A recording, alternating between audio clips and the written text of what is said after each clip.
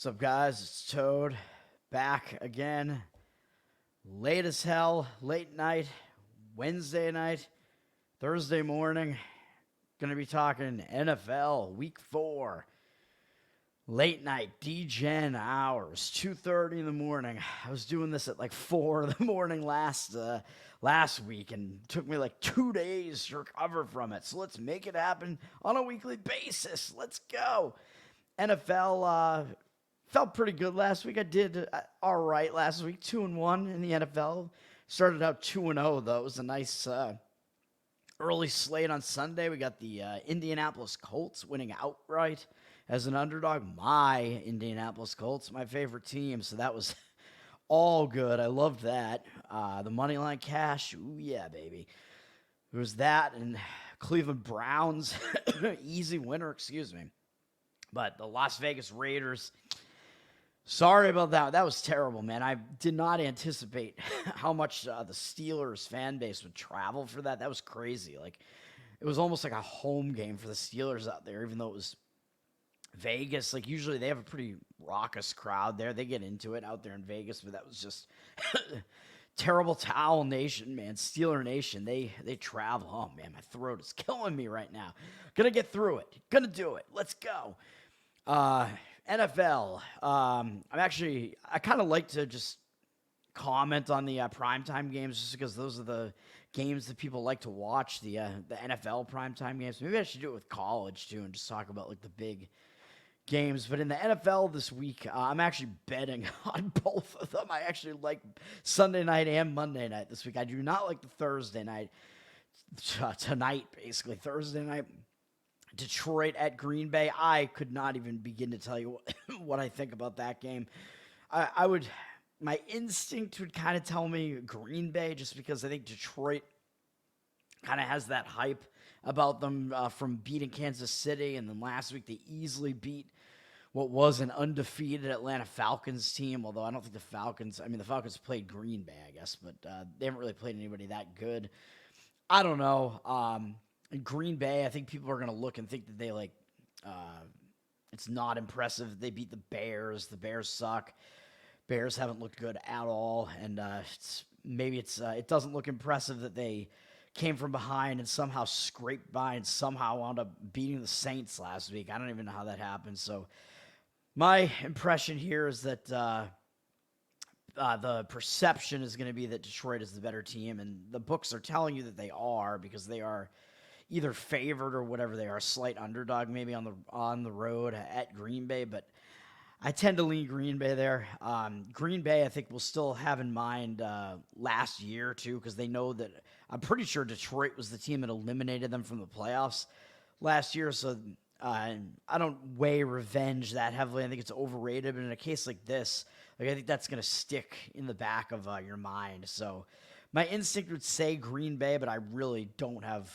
This is a game I really don't have an opinion on. I don't know what to think about it. But what I will be talking about here is, first we'll start with a Sunday game. This is going to be one of the big games on the board here. Big AFC East matchup. Buffalo Bills -2.5 is what I'm going to be going with. And I think it is mostly 3 now. You could still maybe find 2.5s in places, but this line is moving, man. I would still lay the 3. I would not want to lay anything above the 3. But if you look ahead on this game before the season started, so not like the week ahead, but before the season started, the Bills were like a 5.5-point favorite in this game. So prior to the season, the thought was the Bills certainly would be the better team here. And now the line is kind of telling you, this line is almost indicating that the Dolphins are the better team. I mean, the Dolphins are 3-0, yes, and the Bills are 2-1, but hold your horses a bit, slow it down, slow your roll. I think until we see something differently, I think the Bills are still the team to beat in this division, in the AFC East. And one of the main factors here, I think the Dolphins are just massively overhyped right now, because what did we see the Dolphins do? And I think it's affecting the total too as well. The total's been driven way up because the Dolphins scored 70 points last week, which had not happened in the NFL since like 1966 or something like that. 70 points. It's what everybody's talking about. These Colorado teams, man, the Denver Broncos and the Colorado Buffaloes in college, both just got absolutely wrecked last weekend. It was not a good weekend for Colorado sports at all. And this is all anybody's talking about, man. Tua, the Dolphins, Tyreek Hill, Mostert. They had Akane. I don't even know how to pronounce his name. Ashane. I don't know. Dolphins, their backup running back had like 40 fantasy points or maybe more, maybe 50 in that game. It's just absolutely insane what happened in that game. Denver Broncos are just not good, man. They're thought to have a good defense. I don't think they do. They've just looked horrific this year. The Dolphins, man, how can you get more overvalued, overhyped than a team that scores 70 points, that puts up a 70 spot? And everybody was already hyping the Dolphins offense because of the players they have. Everyone loves this offense. But, you know, the Dolphins looked really good. Their offense looked really good in week 1, but that was against the Chargers, who do not have a good defense either. And then week 2, people are kind of not really going to think about that. But week 2, Patriots actually have a pretty good defense, and they were able to slow the Dolphins down.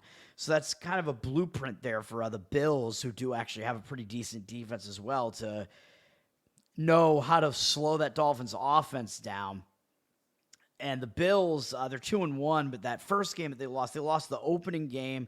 It was a huge game for the Jets, in my opinion, where the Jets showed up. It was a primetime night game, and it was, the Aaron Rodgers.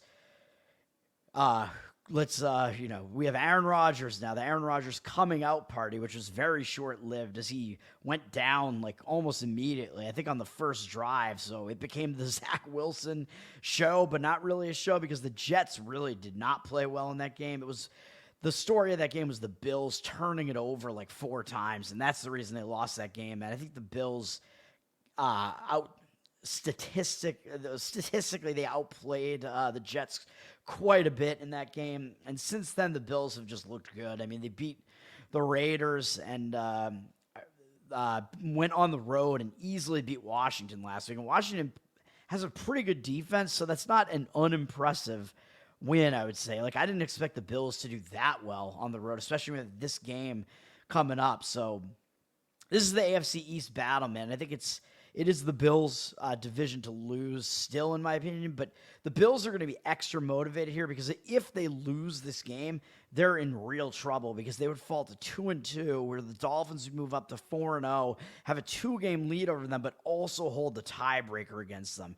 So it almost becomes like a must-win scenario for the Bills. And I know I don't like betting on teams that are in a must-win because it seems like they're overvalued a bit there, but I don't think that's the case with the Bills here, where they're getting 3 points or less here, and the books are telling you that the Bills are not even actually the better team here. I don't buy that, and you can see here the money, 62% coming in on the Bills, even though 64% of the tickets are on the Dolphins.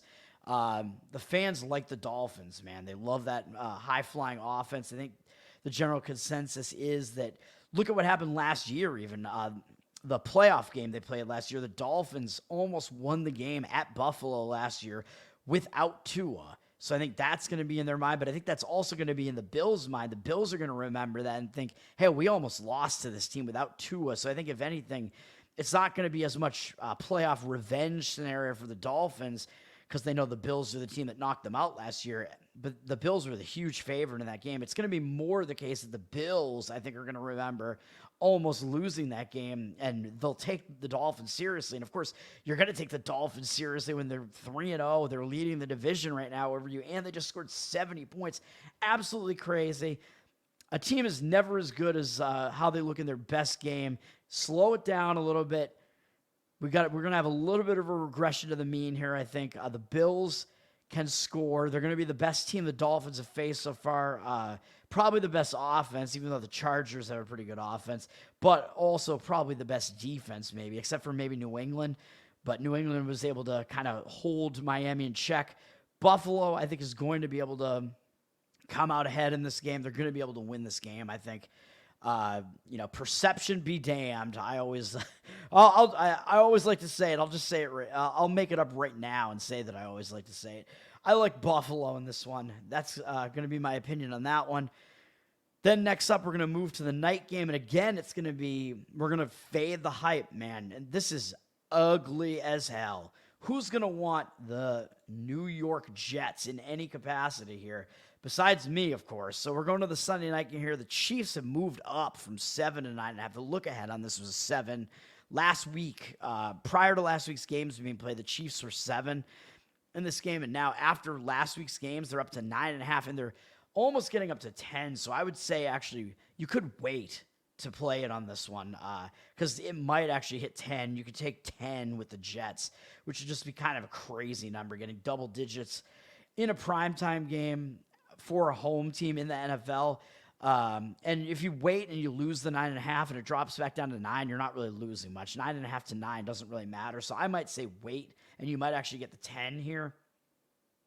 Part of the reason for the move up also might be because when the books have a line of 7 out there, it might not just be moving because of the perception of what happened last week, even though I think that is part of it. But the books will also look to try to kill 6-point teasers. So in the NFL, teasers are an advantage play if you tease 7 down through all the key numbers, something above 7 at least, down through all the key numbers and down to below 3, so the team only has to win by less than a field goal. Or if you do the opposite and take a team that's like a 1.5 point or 2 point underdog to up above that 7, those are like the advantage plays. So books, especially with a team that you can tease down from, and in a teaser, you have to tie 2 of those together and they both need to win. So that's the thing. But you're usually laying like they make you lay like minus 130 or even now or something like that. I would not play the teaser unless you can get minus 120. But if you get it at minus 120 and that's all you have to lay in the NFL, I think it is an advantage play if you do those numbers where you're taking it from above 7 down to below 3 or below 3 up to above 7. It's the Stanford Wong teasers because he's the guy that I think came up with that concept. But the books know that that's like an advantage play.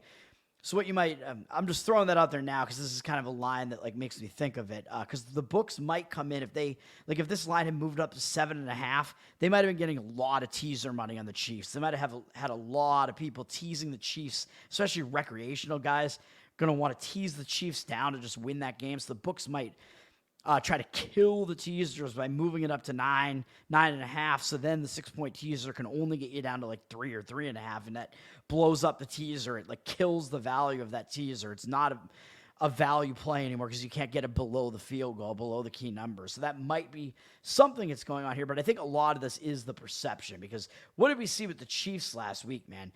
Aside from Miami with their 70 spot they put up last week, the Chiefs are like the hyped team, man, right now. Even though the Chiefs didn't look good, people seem to forget already the Chiefs didn't look very good in the first 2 weeks. Offensively, they kind of looked like a mess in that first game. They lost at home to Detroit and only scored, I think, 20 points. And then in the second game, they only scored 17 against Jacksonville. I don't know if Jacksonville's really necessarily known for their defense, but just ugly offensive performances. And people tend to think of the Chiefs as, hey, they're this offensive juggernaut almost. They got Patrick Mahomes, but I don't know, man. His surrounding cast, maybe not great. I think they have a new coordinator this year. They're kind of trying to get that scheme up and running.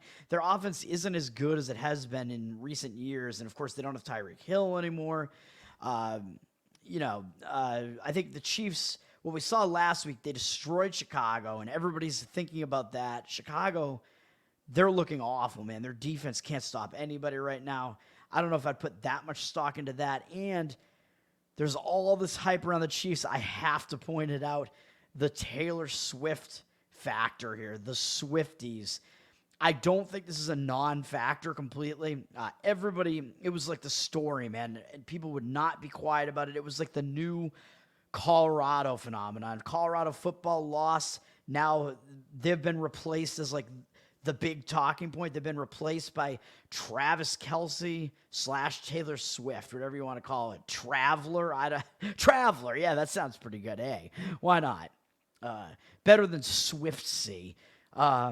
the Travis Kelce, Taylor Swift phenomenon everybody's talking about. And I think that is actually getting people more interested in football. And I think it is going to bring in some recreational bettors who want to come in and bet the Chiefs. And I think that is going to play a little bit of a role here. But the Chiefs are just a massively public team, as you saw. They're getting 90-something% of the tickets, 90-something% of the money, even though it looked like the amount of money was actually slightly higher than the amount of tickets. I don't buy that. I think that's going to kind of settle down and reverse itself. And I think the smarter money is going to be coming in on the Jets more than the Chiefs here. So I think you'll see more of the money than the tickets will wind up being on the Jets here. And this is kind of classic as well. Home primetime underdog in the NFL. That used to be like a really good play, winning like a pretty high percentage of the time until the books caught on to it and they started having to like change those lines to try to start like clobbering those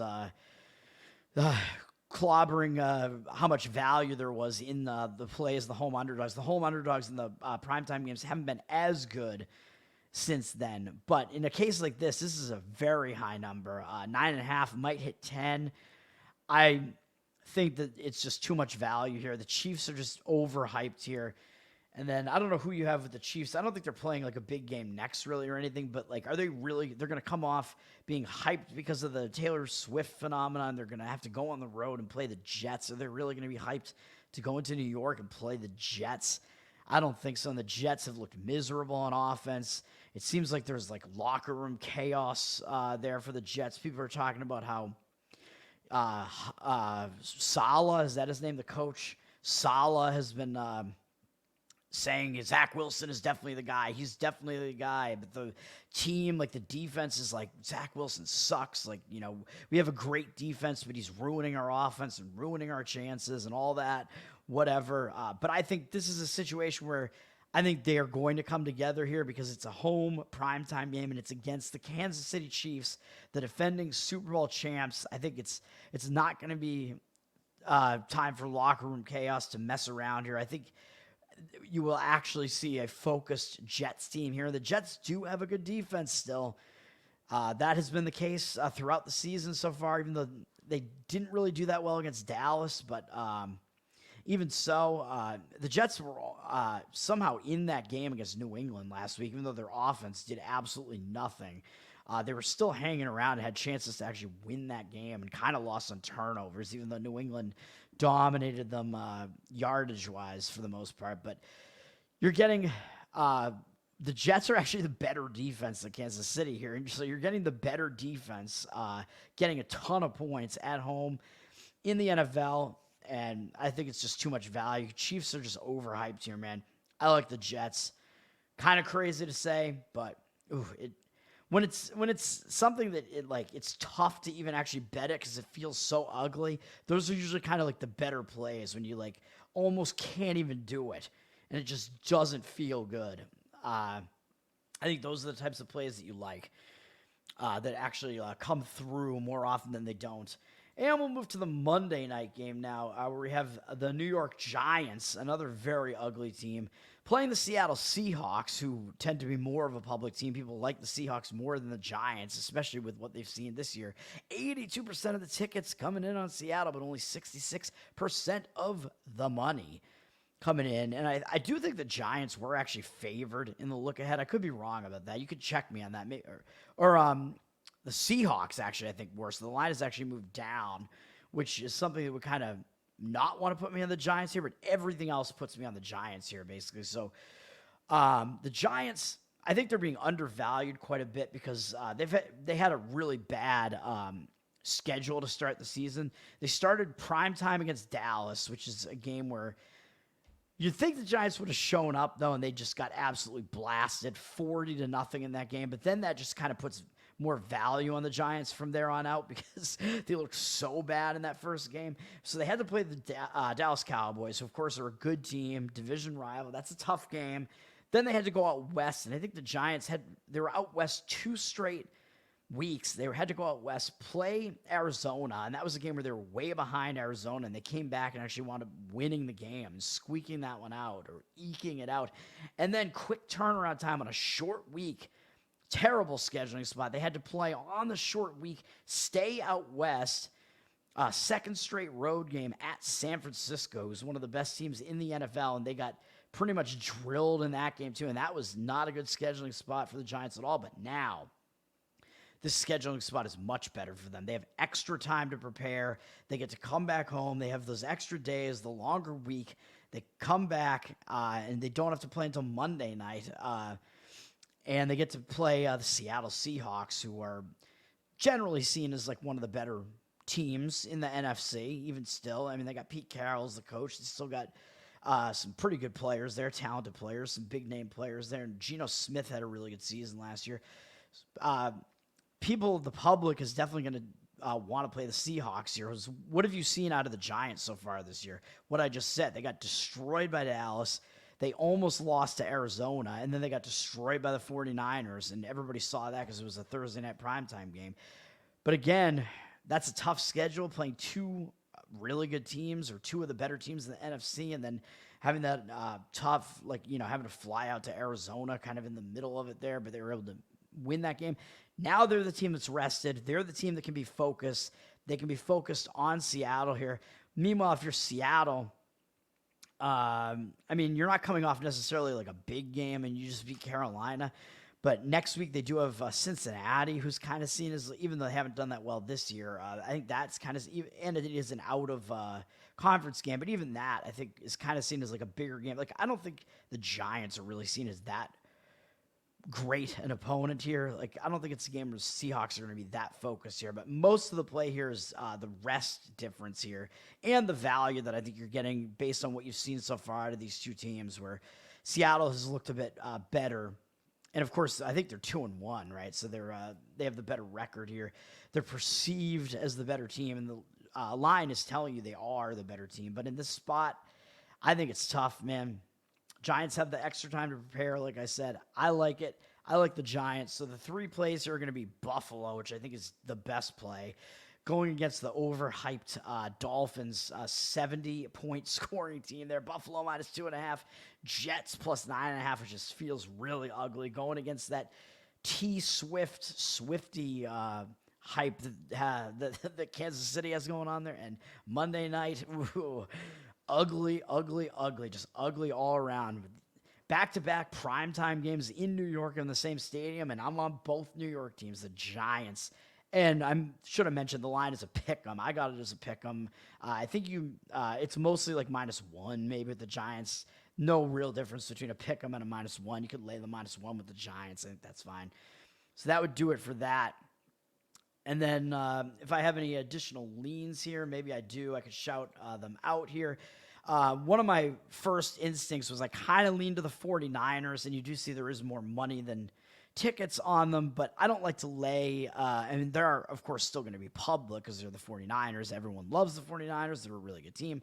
But I think it's a good situation for them. I just don't really like laying like huge amounts of points here. But if I was going to play this game, I would only lay the 14 with the 49ers. I would not want to lay over the 14, really. But Cardinals coming off that ridiculous, shocking upset of Dallas where they were winning the whole game, just crazy. So I think that's going to put the Cardinals in a letdown spot. They just had a really big win as a double-digit underdog against a good team. And now they come in and they face the 49ers, who, like the Giants, who I just talked about, the 49ers have extra time to prepare, and they haven't even had to travel. So 49ers, I think, are in a good spot there. They have the extra rest. It's just, I don't know how focused they might actually be on the Cardinals, but it is a division game, and they know the Cardinals just beat Dallas, so that might cause them to take them a little more seriously there.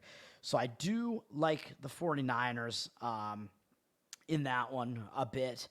And what else do we have? I lean to the Ravens somewhat strongly, and you can see here, even though it looks like the line moved from +2 to -3, I don't think that's the case. I think +2 might have been some look ahead or something on the Browns, but the Browns are around -3 here. I would take the Ravens +3.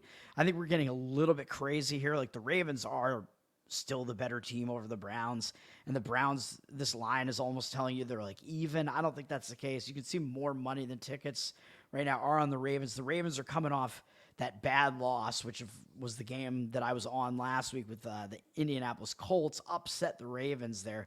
Ravens are still a good team, man. They're a good team. I think Lamar Jackson's going to be able to do some things against the Browns, even though their defense is pretty good. Remember the Browns, who was another team that I had last week.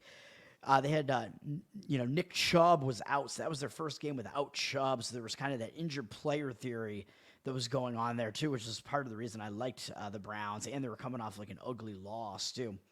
They came in and they just had a dominant win over Tennessee there.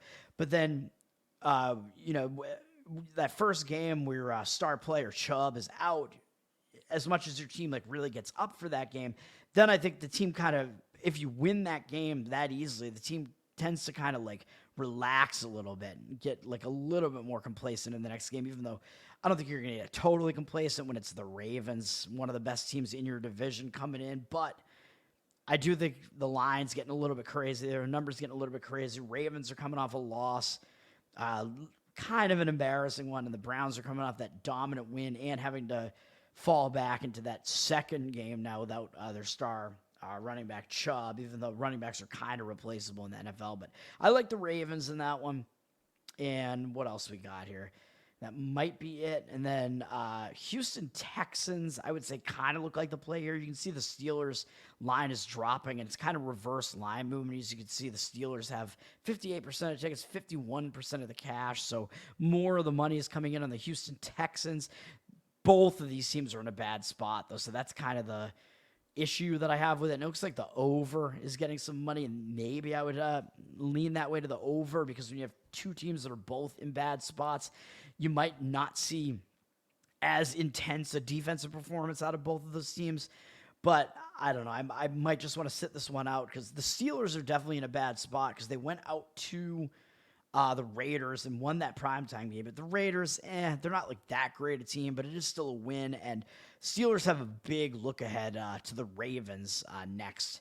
So, the Ravens, that's a huge rivalry, which is kind of another reason why I might not totally want to play the Ravens here, even though I think they'll definitely be focused on the Browns. But they do have that epic, it's always been an epic rivalry, Ravens-Steelers, even if the Steelers are down. So they do have that game coming up next. But for the Steelers, I think that is a major look ahead to the Ravens. So I think that is a little bit of an issue. And the travel spot's not that great, where they had to go out to Vegas. Now they have to come back into Houston. So it's a second road game in a row.